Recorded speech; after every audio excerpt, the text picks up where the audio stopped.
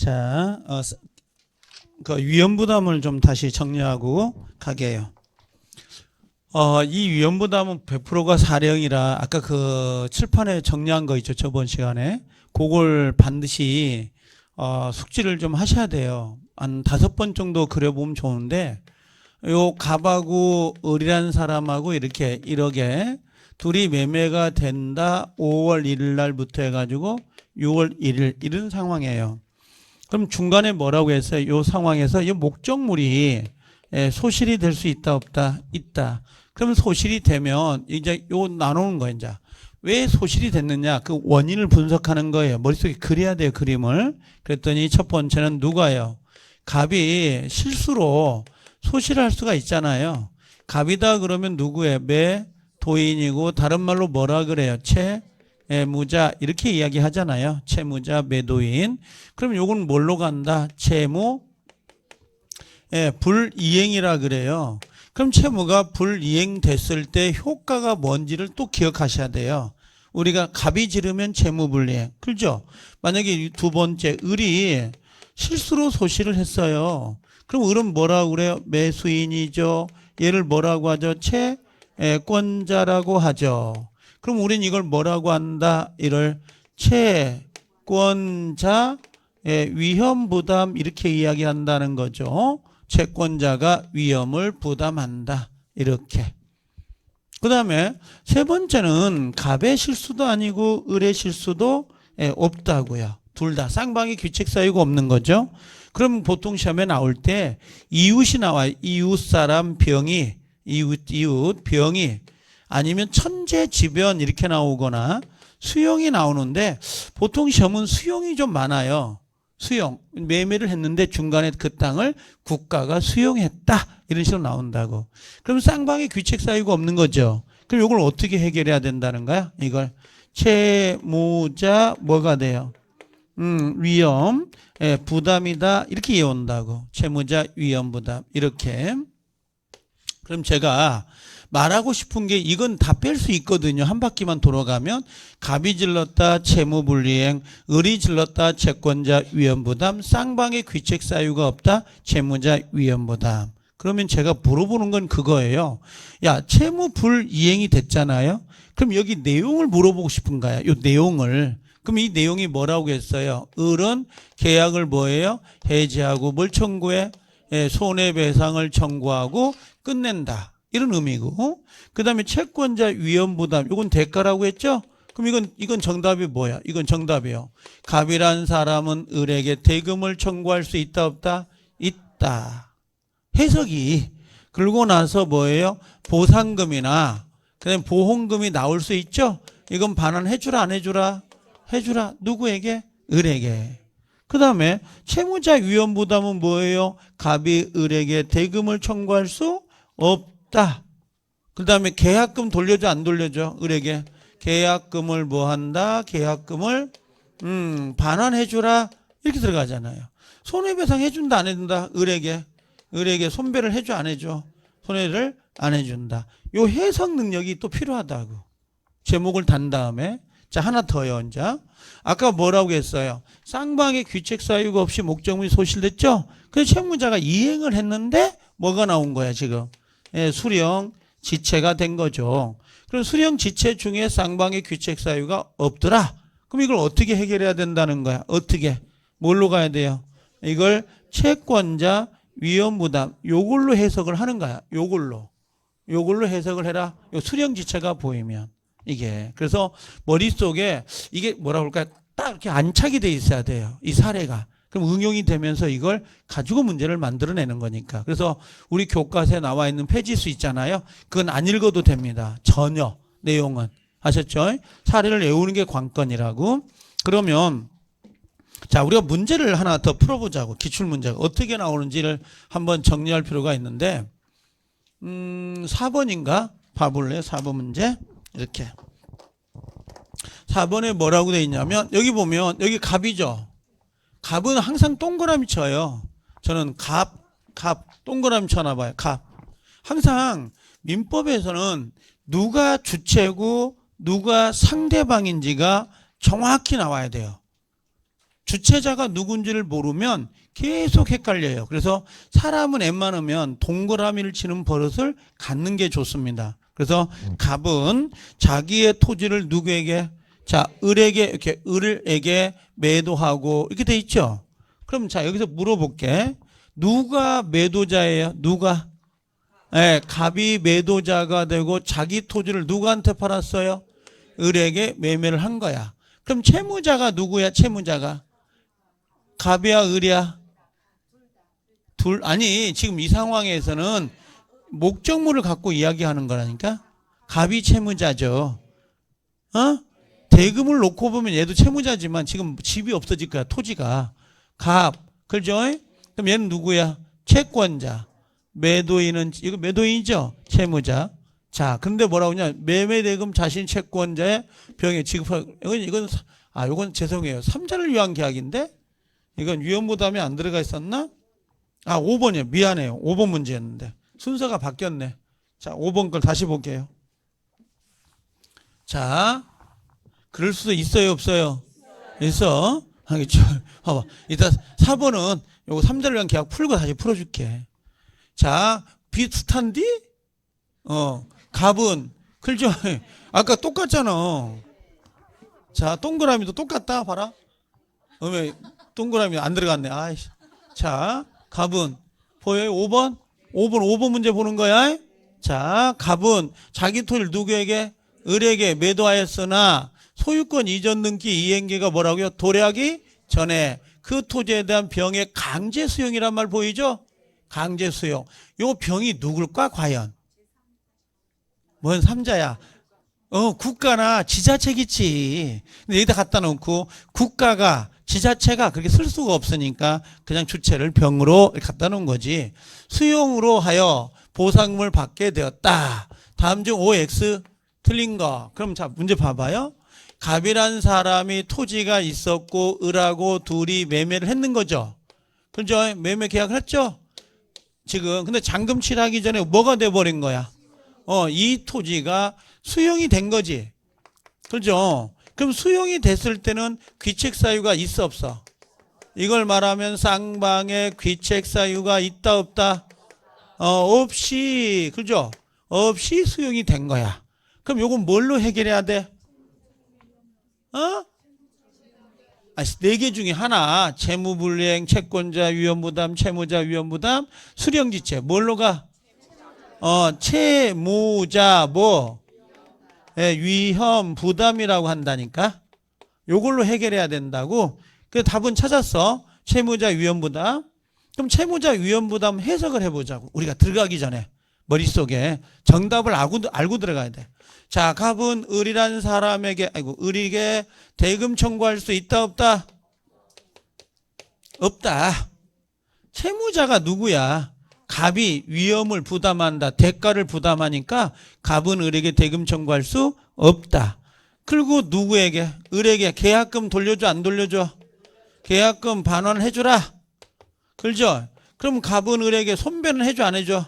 해줄 필요 없다. 그럼 을은 어떻게 해? 을은 그냥 계약금 돌려받고 끝내는 거야. 그걸로 끝내는 거고, 갑은 뭐야? 국가로부터 보상을 받든지. 알아듣겠어요? 요게 해결이야, 이게. 그럼 요게 머릿속에 요렇게 설문지를 읽을 때, 여기를 읽을 때 이미 나와 있어야 되는 거야, 답이. 그리고 답이 들어가는 거야, 이제 봐봐. 갑은 채무자죠.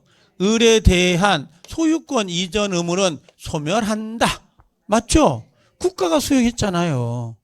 집을 이행할 필요가 없다니까. 그렇죠? 자, 두 번째. 을은 누구야? 지금 매수자죠. 을은 갑에게 보상금 청구권을 양도를 청구할 수도 있다 없다? 있다. 이게 뭐냐면 너 내 땅 가져가. 내 거 가져가고 너 이거 나 줘. 할 수도 있다 없다? 있다는 거야. 상관없어, 그건. 손댈 게 없다고. 자, 갑이 누구야? 매도인이 요 국가지. 국가로부터 보상금을 수령하였다면 을은 누구에게? 갑에게 보상금 반환을 청구할 수도 있다 없다? 있다는 거야. 얘하고 얘가 같은 거야, 그냥. 내 돈 너 가져가고 어차피 계약된 거니까 이거 주라. 이런 식으로. 그래서 이건 상관없고. 자, 을은 동그라미. 소유권 이전 의무 불이행을 이유로 갑에게 손해배상을 청구하면 돼, 안 돼? 안 돼. 이 손해배상은 귀책사유가 있어야 되거든. 갑에 귀책사유, 이걸 뭐라 그래? 실수. 요런 게 있어야 손배를 해주는 거야. 근데 수용이라는 것은 이 수용은 자기의 귀책사유가 아니잖아요. 그럼 손해배상을 청구할 수 없다라고 해야지. 없다. 자, 거꾸로 만약 을이 갑에게 계약금을 지급하였다면, 지금 을이 갑에게 계약금을 준 거죠. 을이. 그러면 을은 그 배액의 반환을 청구할 수 있다라고 하는데, 이게 뭐냐면 해약금 해제라고 해서 여러분들 혹시 임대차 계약을 맺으면서 보증금이 1,000만 원이에요. 임차인이 자, 계약금 100만 원을 줬다고 그럴 수 있죠. 근데 만약에 임차인 계약을 하고 자, 지하철 타려고 내려왔는데 지하철역이 너무 먼 거야. 그럴 수 있죠. 그럼 임차인이 뭐야? 임차인이 전화해가지고 제가 방금 임대차 계약한 사람인데요. 자, 지하철역이 너무 멀어서 임대차 계약 안 하고 싶어요. 라고 할 수 있어, 없어? 있죠. 그럼 누가 충격받을까? 임대인이 충격받을 거 아니야. 계약한 지 5분 만에 깨지는 거니까. 그러면 뭐라 그래? 그 임대인에게 이별금이라도 좀 줘야 될 거 아니야? 그렇죠? 그게 뭐예요? 100만 원을 임차인은 포기하고 계약을 해지할 수 있는 거야. 알겠죠? 거꾸로 100만 원을 받은 집주인이 갑자기 계약서 썼는데 전화가 온 거야. 아들내미가 미국에서 온다고. 임대차를 못하게 됐어. 그 누구한테? 임차인에게 전화해가지고 방금 계약한 집주인인데 미안해, 어떡까, 우리 애가 돌아온대, 미국에서. 임대차 계약을 없었던 걸 해야 될 것 같아? 하면서 뭐야? 자기가 받은 돈 100만 원의 배액인 200을 주고 계약을 끝낼 수 있다고, 그걸 해약금 해제, 계약금 해제라고 하는데, 지금 봐봐. 여기 수용을 당한 거잖아. 그럼 요건 임대인이 아니죠. 갑의 잘못이 있어, 없어? 없죠. 근데 뭔 배액을 주고 이걸 상환하냐고. 그냥 자기가 받은 계약금 100만 원 있죠? 그걸 돌려주기만 하면 되는 거지. 굳이 배액까지 줄 필요가 없다. 이런 의미예요, 그건. 그래서 정답은 5번이 정답이 되는 거예요, 이게. 5번이. 그래서 가장 처음에 이해가 안 되지만 나중에 가면 어떤 거냐면 요 2번하고 3번이 지금은 이해가 안 될 거예요. 근데 지금은 나중에 가면 이해가 되거든요. 그래서 정답은 일단 5번이 정답이 되면서 일단 요걸 해석 능력이 있어야 돼. 알겠죠? 갑과 을이 계약을 맺었는데 수용을 당한 거잖아. 그럼 쌍방의 귀책 사유가 있다 없다? 없으니까 뭘로 풀어라? 채무자 위험부담. 그럼 채무자 위험부담이 무슨 뜻이냐? 요걸 알아야지. 요 내용을 알아야 이걸 접목을 시킬 수 있다고요. 3자를, 아니, 이거 위험부담은 100%가 이 형태예요. 그리고 그 중에서 가장 시험에 많이 나오는 게 수용이란 말이에요. 알겠죠? 다음 주에 또 OX 문제 나오면 또 한번 풀어줄게요, 이거. 알겠죠? 또 풀고 또 풀면 되니까. 자, 그렇게 정리를 하나 해 놓읍시다. 자, 이렇게 하나 해놓고, 자, 그 다음에 이제 우리가 다음 문제가 어디냐면 3자를 위한 계약으로 가보게요. 460페이지. 460페이지 오면 3자를 위한 계약도 별 5개예요. 무조건 3자를 위한 계약도 정리를 꼭 하셔야 되는 부분이에요. 이게. 왔어요? 자, 이제 그거 해석해 보게. 이거 이해하겠죠? 쌍방의 귀책 사유가 없으면 뭘로 가라? 그러면 우리나라가 선택하고 있는 채위험부담의 해결 방법은 채무자 위험부담. 알겠죠? 머리 그래야 돼요. 매도자 갑, 매수자 을. 매도자가 실수로 불을 냈다. 그럼 뭘로 가라고요? 채무 불이행. 매수자가 실수로 불을 냈다. 그러면 채권자 위험부담. 쌍방의 귀책 사유가 없다. 그러면 채무자 위험부담. 수령지체 그러면 채권자 위험부담. 그게 머릿속에 확 있어야 돼요. 그래야 빨리빨리 치고 들어간다고, 이게. 그리고 나중에 가면 알겠지만 항상 1교시 있잖아, 1교시. 민법과 학교는 1교시는 무조건 시간이 부족해요. 시험장에 가면. 거의 10명 중에 8명은 시간이 부족합니다. 지금은 시간 내에 풀더라도 실제 시험장에 가면 부족하니까 빨리빨리 이렇게 애와서 풀 수 있는 걸로 가야죠. 결론은 다른 거 없어요. 그냥 잘 풀리면 되거든. 문제라는 게. 자, 100점은 목적이 아니지만 그래도 한 5월, 6월까지는 80점은 목적을 가야 돼요. 한 30개는 내가 맞겠다. 그래야 나중에 9, 10월 달에 24개로 딱 끝내는 거지. 항상 60점만 맞으면 돼. 누구나 할 수 있는 시험. 근데 누구나 할 수 있는 시험인데 왜 20만이 넘게 봐가지고 10,000명이 붙으냐고. 이게 다 거짓말이지. 새빨간. 안 그러겠어요? 너무 진실 까버렸나? 괜찮아. 지금도 출발하면 붙을 수 있어요. 그렇죠? 근데 내가 가방 들고 왔다 갔다 한다고 시험은 붙는 건 아니더라고요. 시간과 비례하지 않아요. 내가 만약에 예전에 공부할 때 시간과 비례했다면 난 10년을 했을 거예요. 10년은. 어떻게든 파지를 줬든 뭘 하든 10년을 버틸 거라고. 근데 그게 안 되잖아. 시간과 비례하진 않는다고. 항상 이게. 알겠죠? 그러니까 좀 1년 동안은 끊임없이 고민하고 좀 하려고 노력을 해야 돼요. 아침에 나올 때마다 캐스터 마크 달지 말고 항상 붙은다 하고 오셔야 되고 이게. 그래야지 좀 남아서도 공부하고 그러거든요. 나중에 가면. 자, 3자를 위한 계약을 좀 설명을 할 건데요.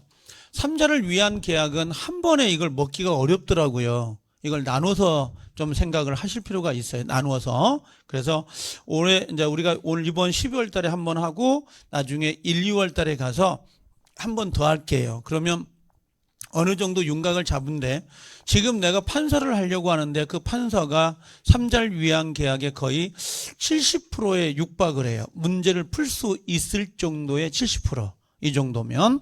자, 제가 이따가 문제를 한번 풀어줄 건데 원래 이 3자를 위한 거예요. 제목을 봐봐요.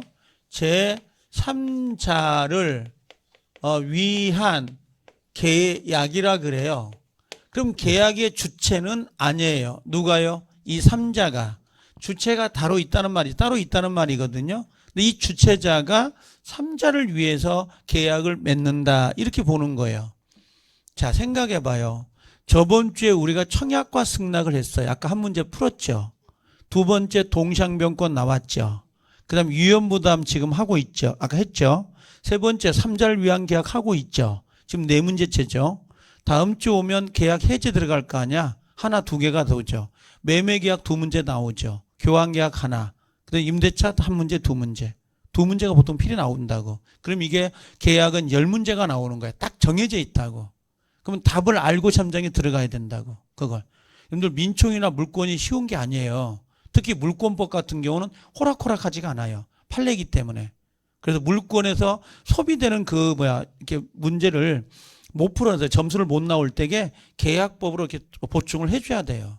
계약법으로. 민총에, 우리 민법에서도. 자, 원래 갑은 요렇게 역삼각형이에요. 병이란 사람에게 채무를 부담하고 있었나 봐요. 그러니까 이 사람이 누구예요? 채권자. 얘가 뭐예요? 채무자. 1억의 빚을 지고 있었던 거지. 그럼 변제 날짜가 오면 돈 갚아야 돼, 안 갚아야 돼요? 갚아야 돼. 돈을 갚는다를 우리가 뭐라고 하냐면 채무를 변제한다 그래요. 근데 얘가 돈이 없는 거지. 돈이 없으니까 어떻게 해요? 자기가 가지고 있던 부동산 있죠? 요 부동산을 누구하고요? 요렇게 을하고 매매 계약을 맺어요. 그럼 매매 계약을 맺으면 당연히 어떻게 돼요? 을이 매매 대금이 넘어올 거 아니에요? 이런 식으로. 그럼 넘어오면 뭐야? 이걸 받아서 이렇게 주면 될 거 아니에요? 근데 갑은 그게 귀찮은 거야. 돈 받고 주느니 야 매수자 네가 돈을 줘라. 내 채권자에게. 할 수 있어요? 없어요? 있어. 그래서 요 갑을 뭐라고 하냐면 우리가 요구한다 그래서 매도자이지만 이걸 우리가 요약자 그래요. 약속에 의해서 요구하는 사람, 요구한 자, 요약자, 요구한다. 그럼 을이 뭐라고 그랬어요? 을이 알았어. 그 매매대금 내가 병한테 직접 줄게. 할 수 있어요? 없어요? 있다. 그럼 요걸 승낙한다고 그래서 얘를 뭐라 그래?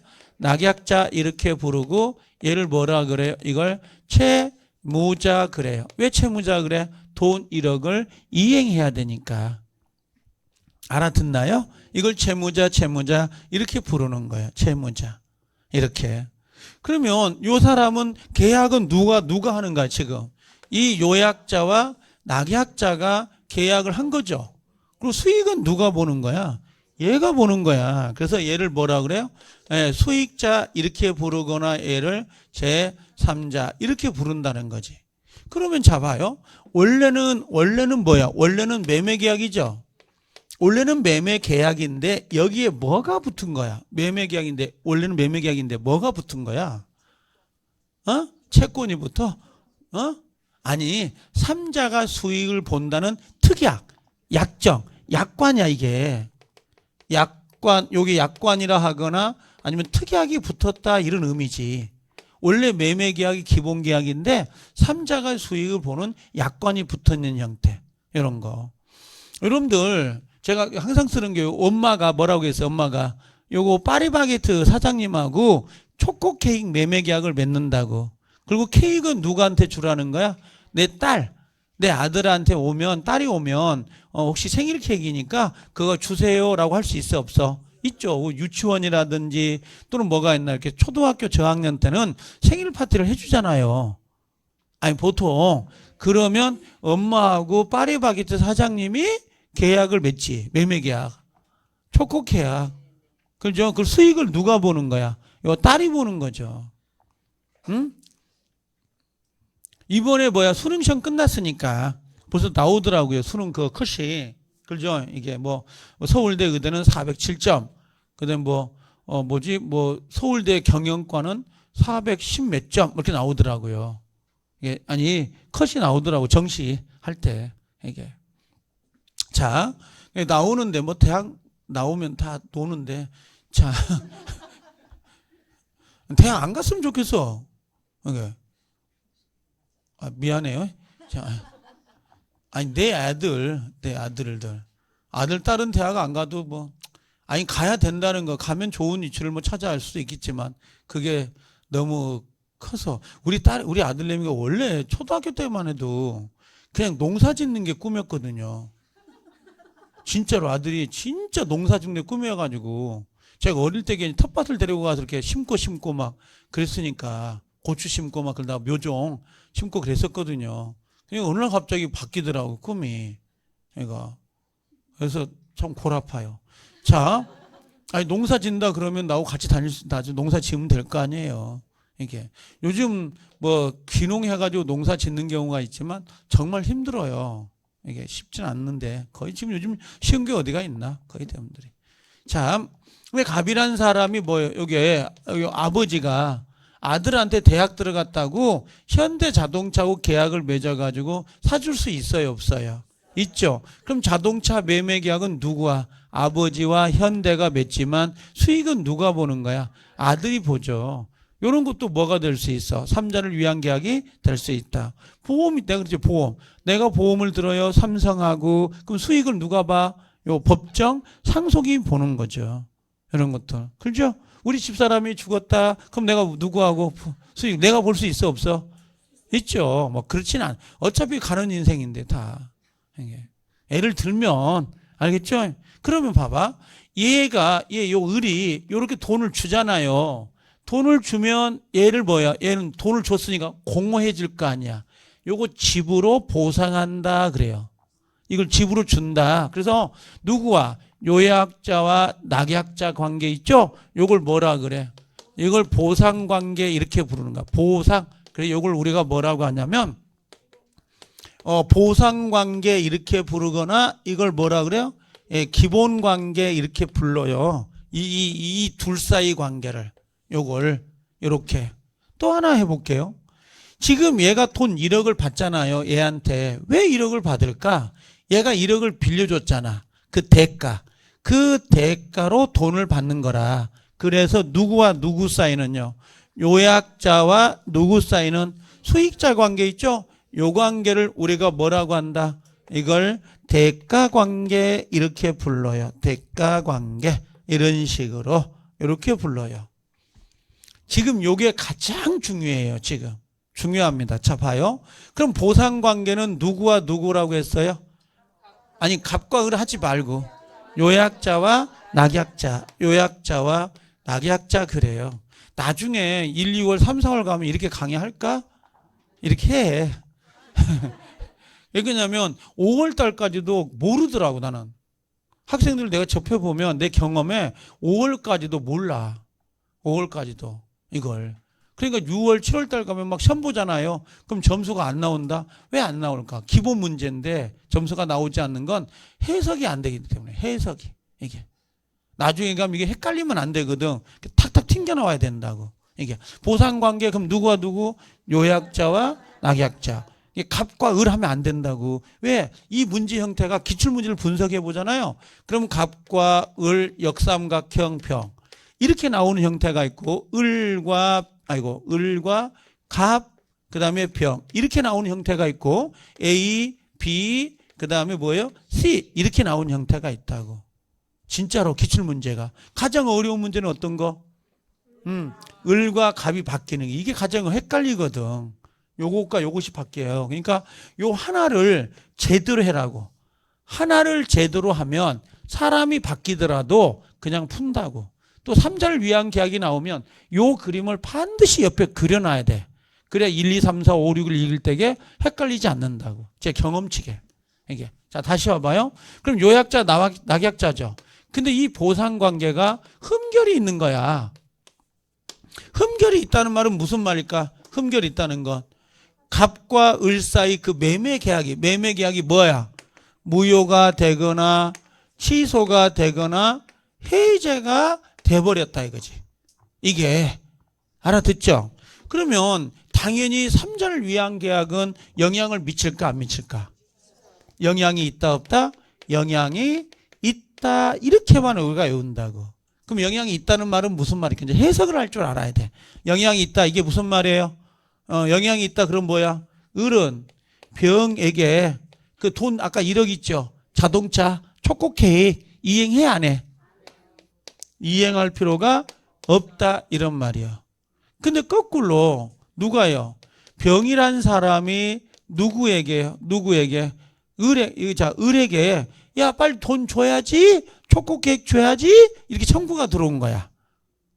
알아들어요? 병이 그럼 뭐야 이제 을은 뭐라고 그래 그러면 을은 이걸 주장해 못해? 무효 취소를 주장할 수 이걸 대항이라고 할까? 대항할 수 있다 없다? 있다. 주장할 수 있다 없다? 있다. 거절할 수 있다 없다? 있다. 이게 다 같은 말이야. 지금 우리가 뭐라고 했어요? 이에 영향이 있다고 그랬죠? 영향이 있다는 말을 지금 잘 안 써요. 보상관계 흠결은 영향이 있습니다. 이렇게 말하지만 실제 이렇게 풀어 써버린다고. 첨장에서는. 요걸 기억해야 돼. 이걸. 요 박스 안에 들어가 있는 거. 자, 거꾸로. 대가관계는 여기죠. 아까 아버지가 현대자동차하고 자동차 매매했잖아. 아들한테 주라고. 근데 요게 싹 땅머리가 없어가지고 호적을 파버렸어. 무슨 말인지 알겠어요? 호적을 팔 수 있어 없어? 이 점도 어릴 때 많이 들었죠? 호적 판단하면 안 들었어요? 아, 들어서 그렇게 부잡했어요? 자, 호적을 파봤어. 이걸 호적을 팠더라도 요 계약이 유효야 무효야? 요 계약은 유효지. 그럼 자동차 주라 안 주라? 주라. 그럼 여기가 흠결이 있더라도 요 계약은 깨진 게 아니지. 알아들어요? 그래서 뭐라고 하냐면 요 대가관계가 흠결이 있다 하더라도 뭐라고요? 무효 취소되더라도 뭐라고 했어요? 요건 영향이 있다 없다?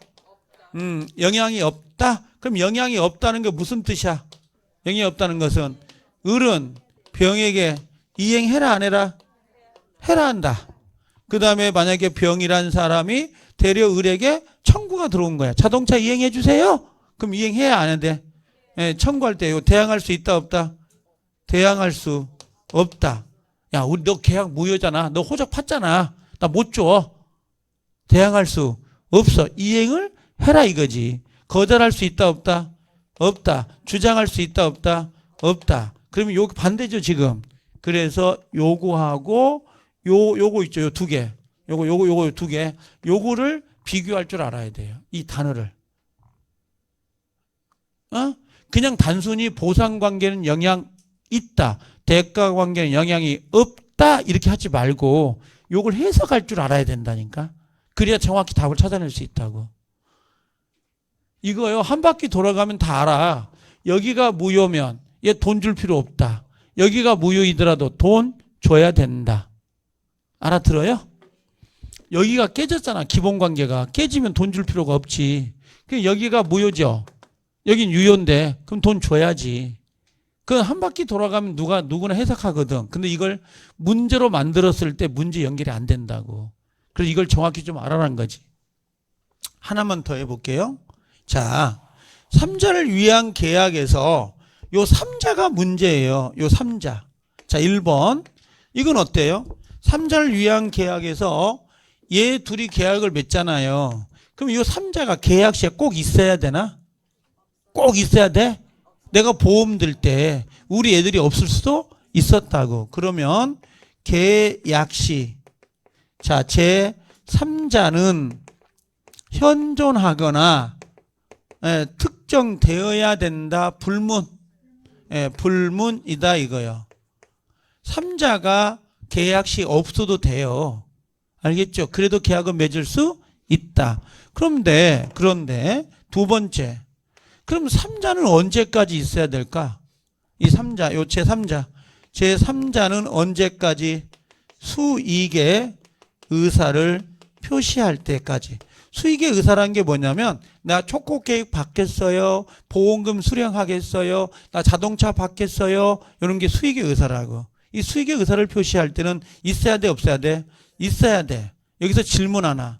이 수익의 의사표시는 누구한테 할까요? 수익의 의사표시. 요 수익의 의사표시는 누구한테 할까요? 낙약자에게 한다.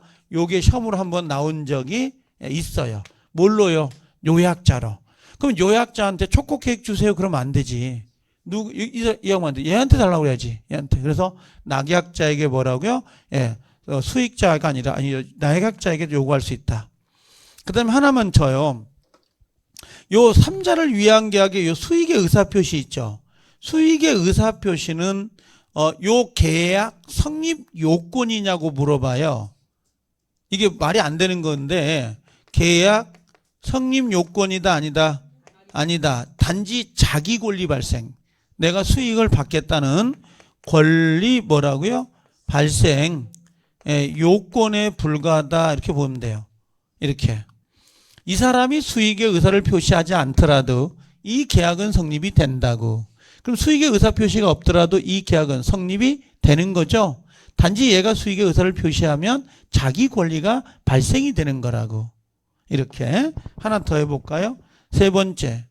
만약에 수익의 의사를 표시했어요. 3자가 초코 케이크 받겠어요. 돈 받겠어요. 그랬죠? 그럼 돈이 얼마야 지금? 1억이. 매매대금 1억이죠? 근데 갑과 을이 이 계약 내용을 변경하거나 바꿀 수 있을까요? 없을까요? 없어.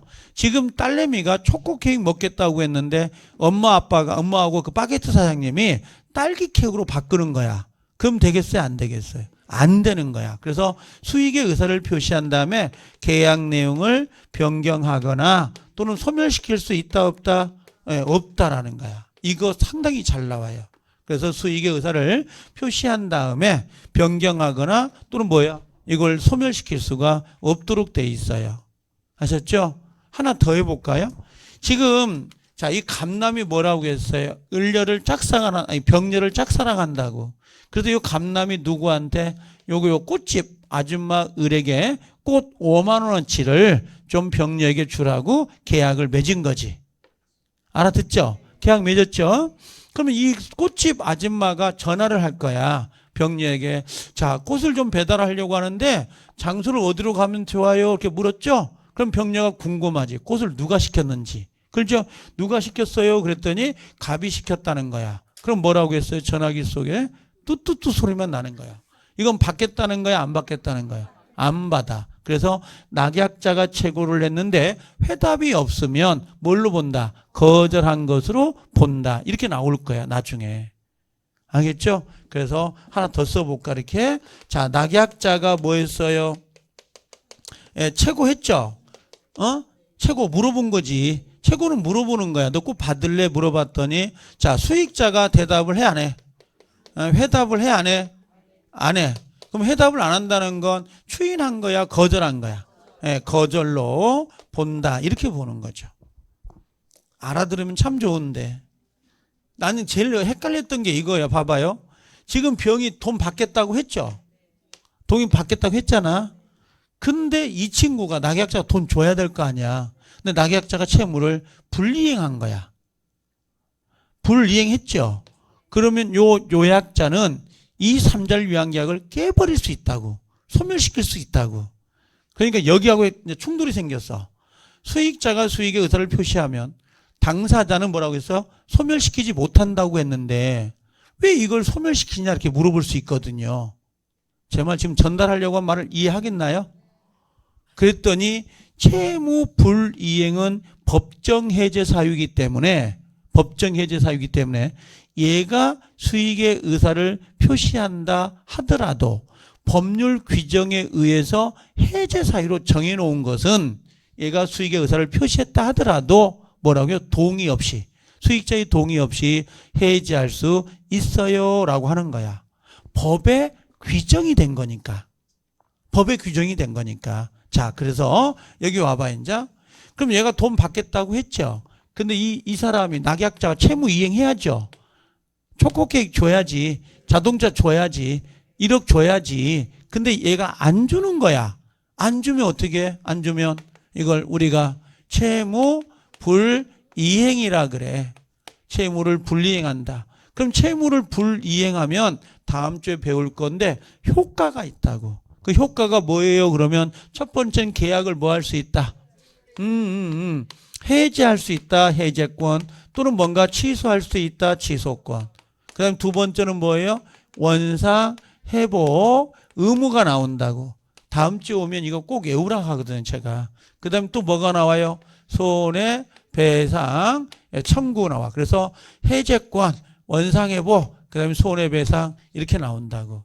그럼 채무 불이행됐을 때 누가 해제권을 행사하고 원상회복은 누가 행사하며 손해배상은 누가 행사하느냐고 묻는데 이게 자 해제권은 누가 행사할까? 얘가 채무를 이행하지 않은 거야. 누가 행사해? 갑이야 병이야? 요약자.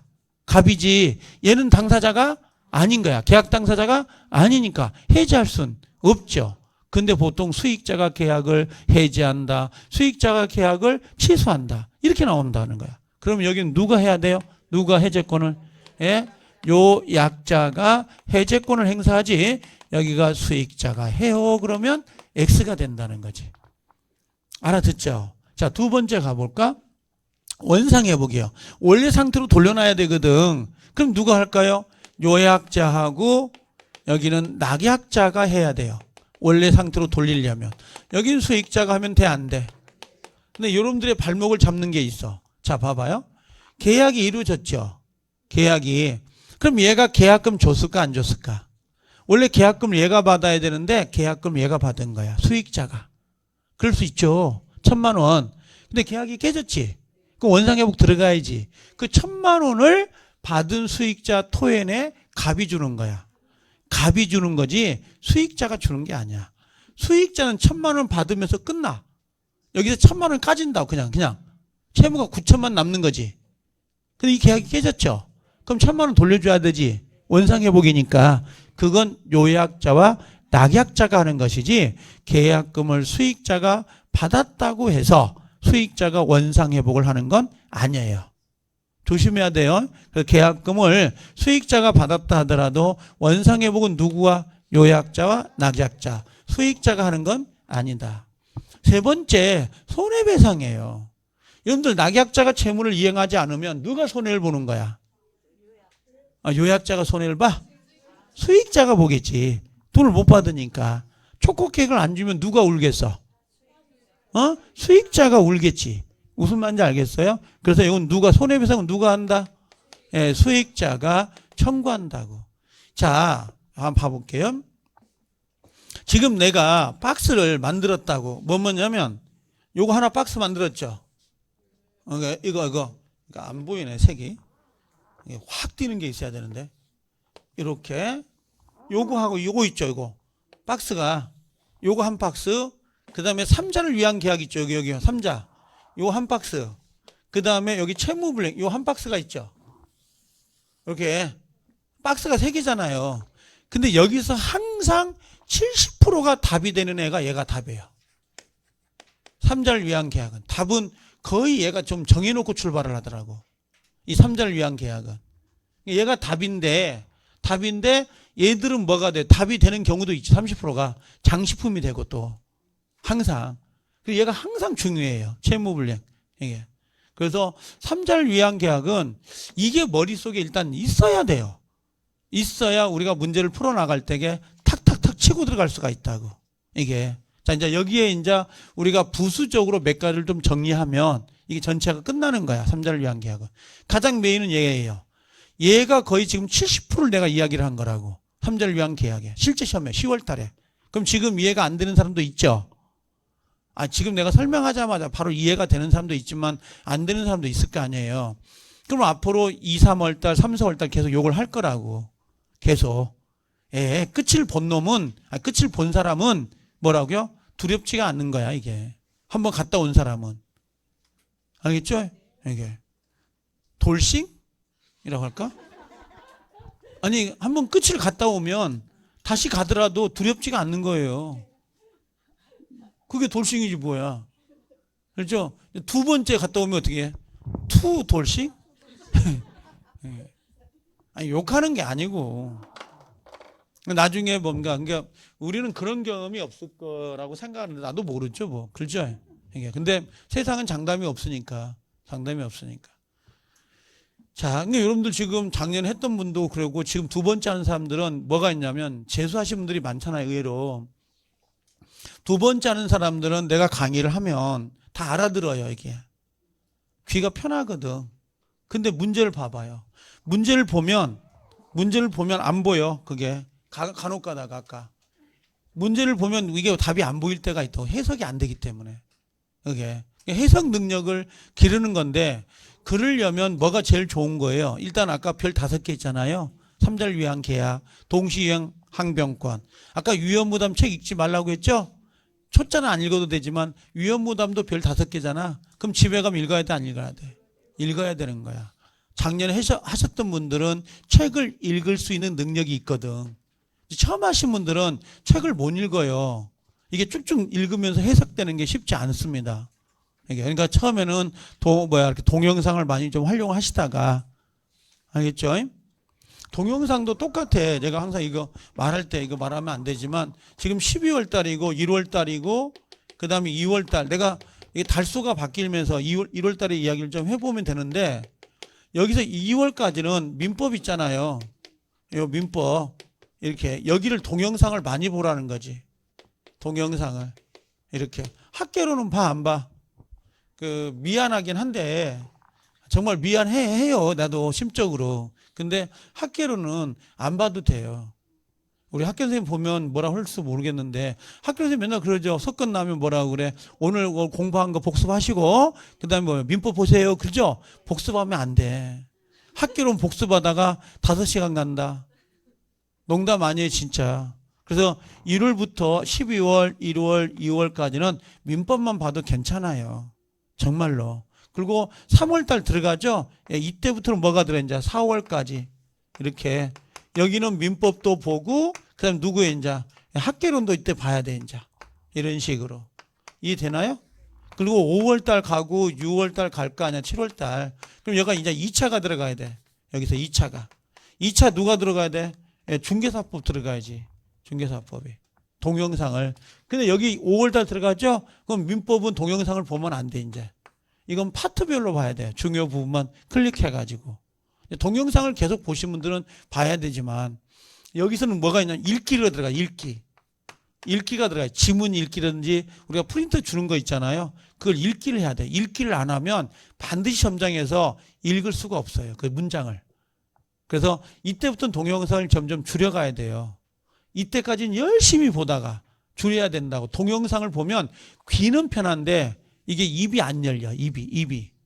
누가 뭘 물었을 때. 그리고 점수가 안 나오면 다시 어디로 가? 동영상으로 간다고. 내가 이론이 안 됐는갑다 하고.